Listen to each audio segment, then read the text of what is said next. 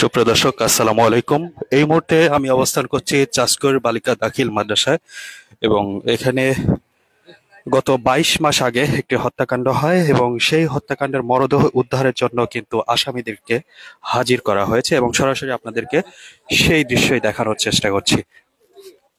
দর্শক সঙ্গেই থাকবেন।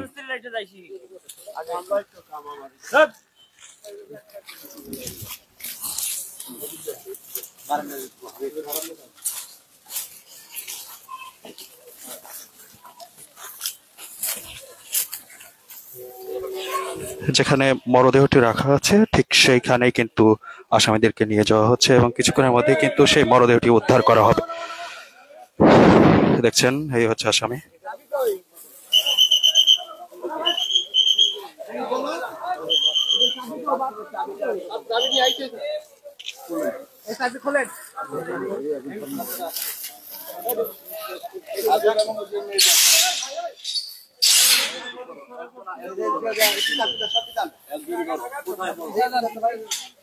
দেখো হাত দিয়ে দেখাই নিয়ে এখন উঠো তুমি মেয়েটারও নিয়ে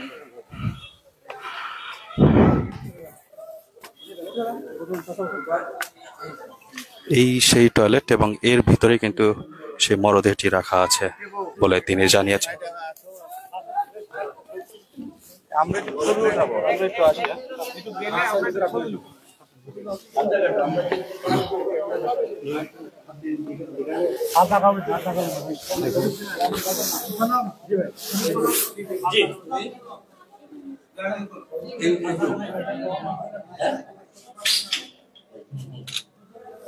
আপনি পানি দিচ্ছেন না? পানি দিচ্ছেন তখন আপনি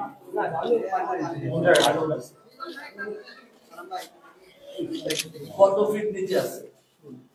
কত ফিট মোবাইলের দুই ফিট 3 ফিট কোমর দিয়ে দেখো, কোমর দিয়ে দেখো। এদের মধ্যে কিছু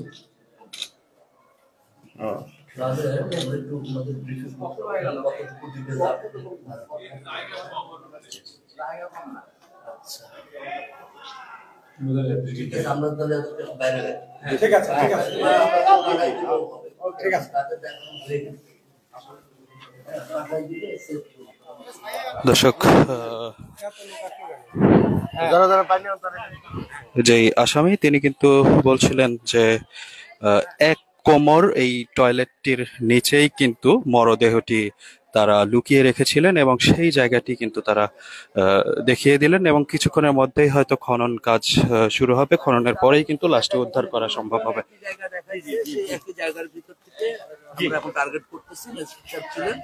স্যার কতটুকু নিচে আছে? বক্তব্য অনুযায়ী বললো 2.5 থেকে 3 ফিট নিচে। সেটা আমরা হলো এখন আমরা খুঁজে দেখি যে কয় ফিট নিচে। টয়লেটটা করার আগে ঘটনা, টয়লেটটা ফ্রেম করা ছিল এবং নিচে তখন ওই যে ঢালাই করে তখন ওখানে মাটি ছিল, ওটাতে গর্ত করে ওরা দিয়ে দিচ্ছে। পরবর্তীতে ওটার উপর দিয়ে ঢালাই হয়ে গেছে। উপস্থিত আছেন সার্কেল এসপি এবং উপস্থিত আছেন সহকারী ম্যাজিস্ট্রেট, নির্বাহী ম্যাজিস্ট্রেট উপস্থিত আছেন শাকিল আহমেদ স্যার। এইরকম ঘটনা কিন্তু গুরুদাসপুরে এই প্রথম মানুষ দেখলো। আমাদের ক্যাম্পটা এখানে করেন, ক্যাম্পটা এখানে করেন।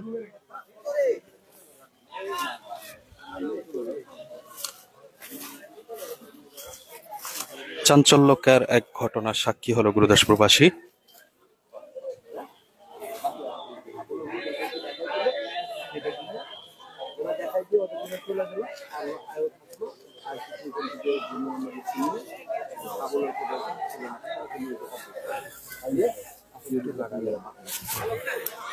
ইয়ার সময় দিব, তোমার যখন খনন করবি তখন মেইন লাইভ লাইভ দিছ কি?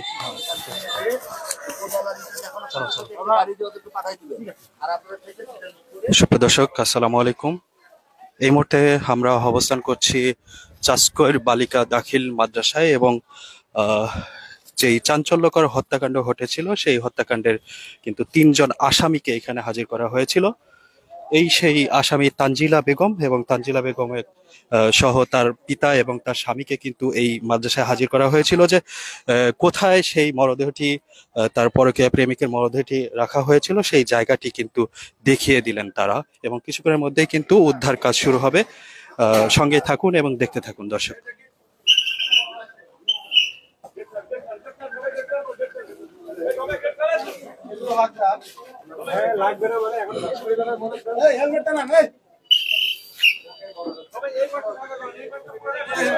এই সেই আসামি তানজিলা বেগম, এবং তানজিলা বেগমের সহ তার স্বামী এবং তার পিতা মিলে কিন্তু এই হত্যাকাণ্ডটি চালায়।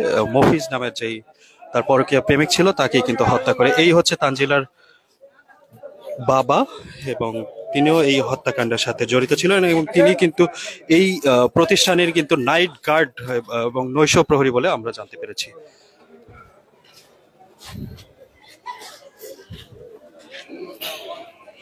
প্রচুর উৎসুক জনতার ভিড় আমরা দেখতে পাচ্ছি।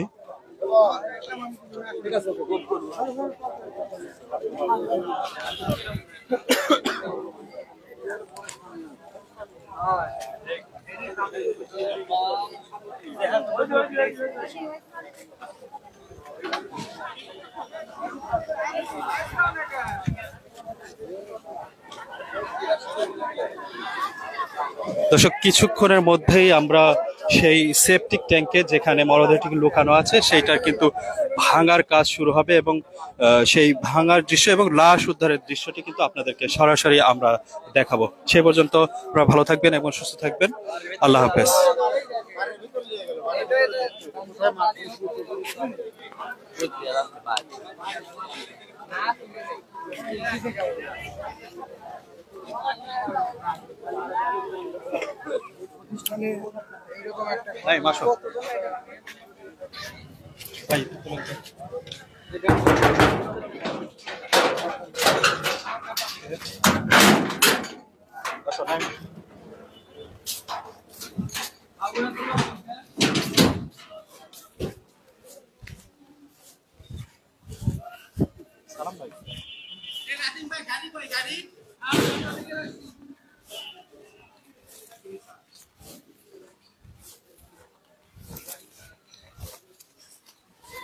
এই নির্জন জায়গাতেই কিন্তু নিহত মফিজের লাশটি রাখা হয়েছিল।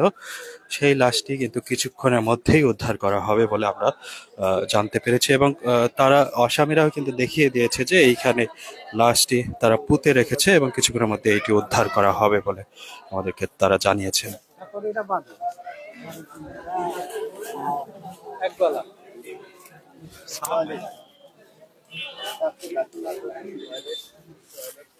ফায়ার সার্ভিসের কিন্তু সমস্ত ইনস্ট্রুমেন্ট নিয়ে তারা কিন্তু এখানে উপস্থিত হবে, এবং তারাই কিন্তু এই উদ্ধার কাজে সার্বিক সহযোগিতা করে থাকছে।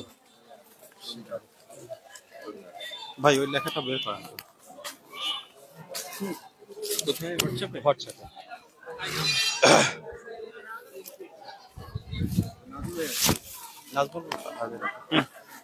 এটা একটু ধরেন।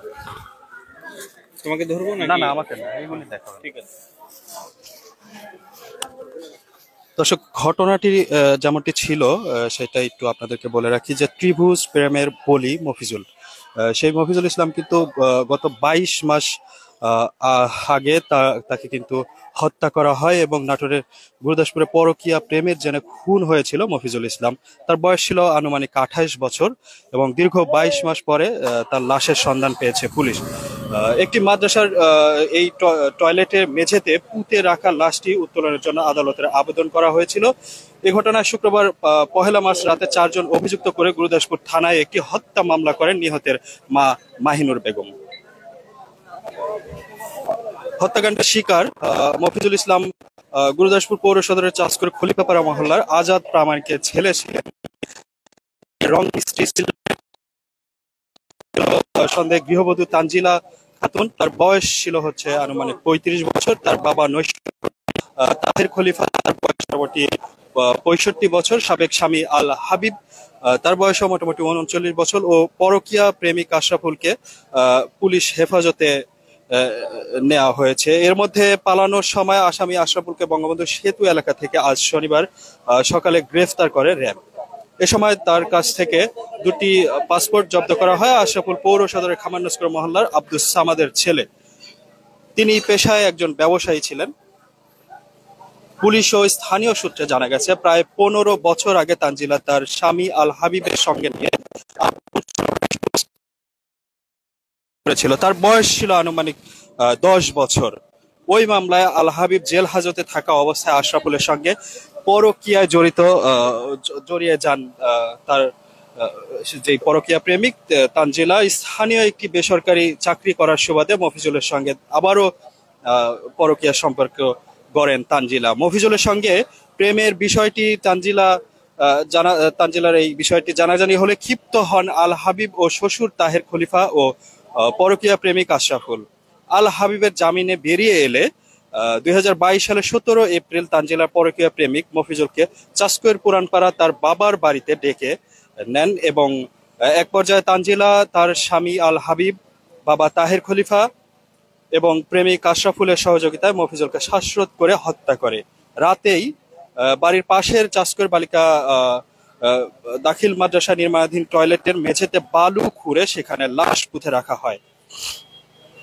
তানজিলার বাবা ওই মাদ্রাসার নৈশ প্রহরী। এ ঘটনায় নিহত মফিজুলের পরিবারের পক্ষ থেকে 2022 সালের 7 মার্চ গুরুদাসপুর থানায় একটি নিখোঁজ ডায়েরি করা হয়। যেভাবে রহস্য উদ্ঘাটন হলো পুলিশ বলছে সেটা আপনাদেরকে একটু বলছি যে হত্যাকাণ্ডের পর গত বছর তানজিলার সঙ্গে স্বামী আল হাবিবের বিচ্ছেদ ঘটে। এক পর্যায়ে তানজিলার করা যৌতুকের মামলায় আবারও জেল হাজতে যান আল হাবিব। জেল হাজতে থাকা অবস্থায় আল হাবিব গুরুদাসপুরের এক ব্যক্তির কাছে মফিজুলকে হত্যার কথা স্বীকার করেন। বিষয়টি জানাজানি হলে গতকাল শুক্রবার থানায় একটি হত্যা মামলা করা হয়।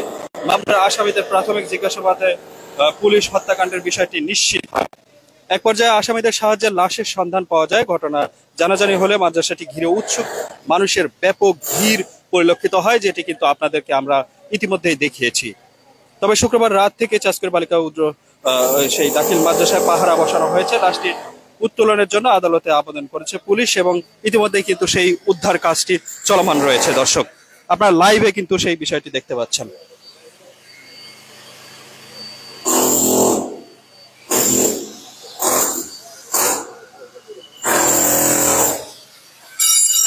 দেখছেন উদ্ধার কাজটি চলছে।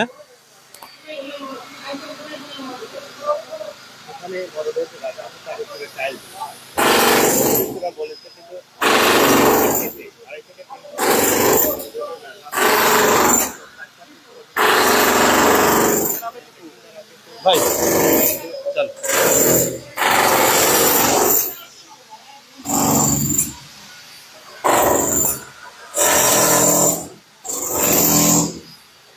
এই সেই স্থান যেখানে খনন করা হচ্ছে, সেই স্থানেই কিন্তু লাশটি লুকিয়ে রেখেছে বলে আমরা জানতে পেরেছি। লাইভে কিন্তু সরাসরি আপনারা দেখতে পাচ্ছেন।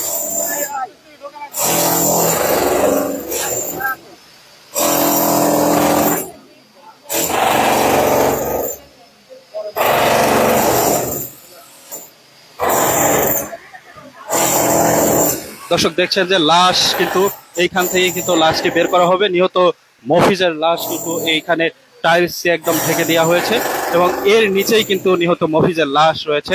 দীর্ঘ 22 মাস যাবৎ তার পরিবার কিন্তু তাকে খুঁজে চলেছিল। সেই পরকীয়ার জেরেই কিন্তু তাকে হত্যা করা হয় এবং তারপর পরই কিন্তু তাকে হত্যা করে এই স্থানেই কিন্তু তাকে লুকিয়ে রাখে। যারা আসামি আছে, যারা হত্যা করেছিল, তারা কিন্তু এইখানেই লুকিয়ে রেখেছিল।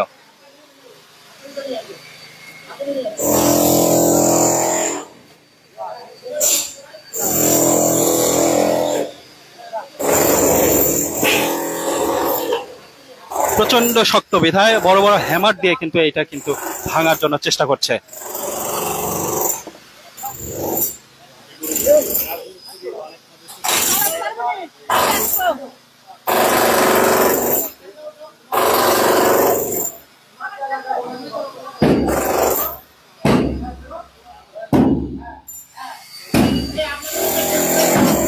ভাই একটু বিচার আপনি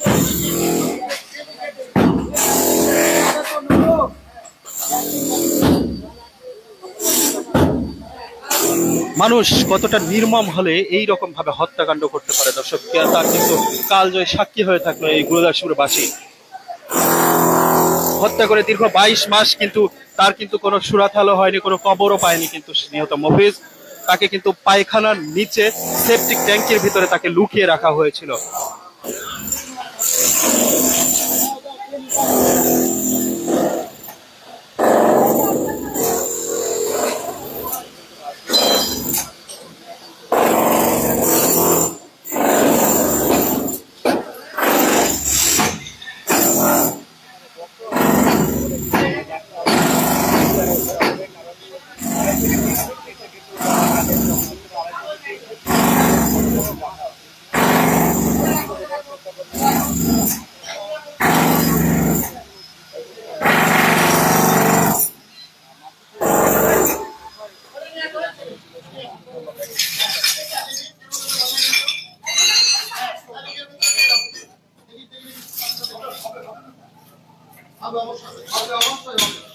উদ্ধার কাজে সার্বিকভাবে সহযোগিতা করছেন Gurdaspur fire service and civil surgeon. তারা কিন্তু উদ্ধার কাজে সার্বিকভাবে সহযোগিতা করছেন। আমরা দেখতে পাচ্ছি তাদের অক্লান্ত পরিশ্রমে কিন্তু এই উদ্ধার কাজটি পরিচালিত হচ্ছে।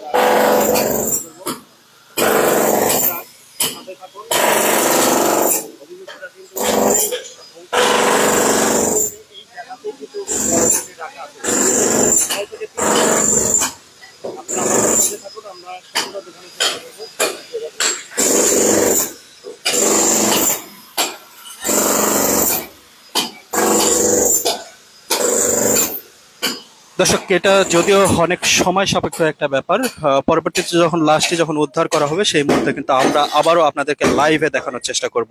সে পর্যন্ত সবাই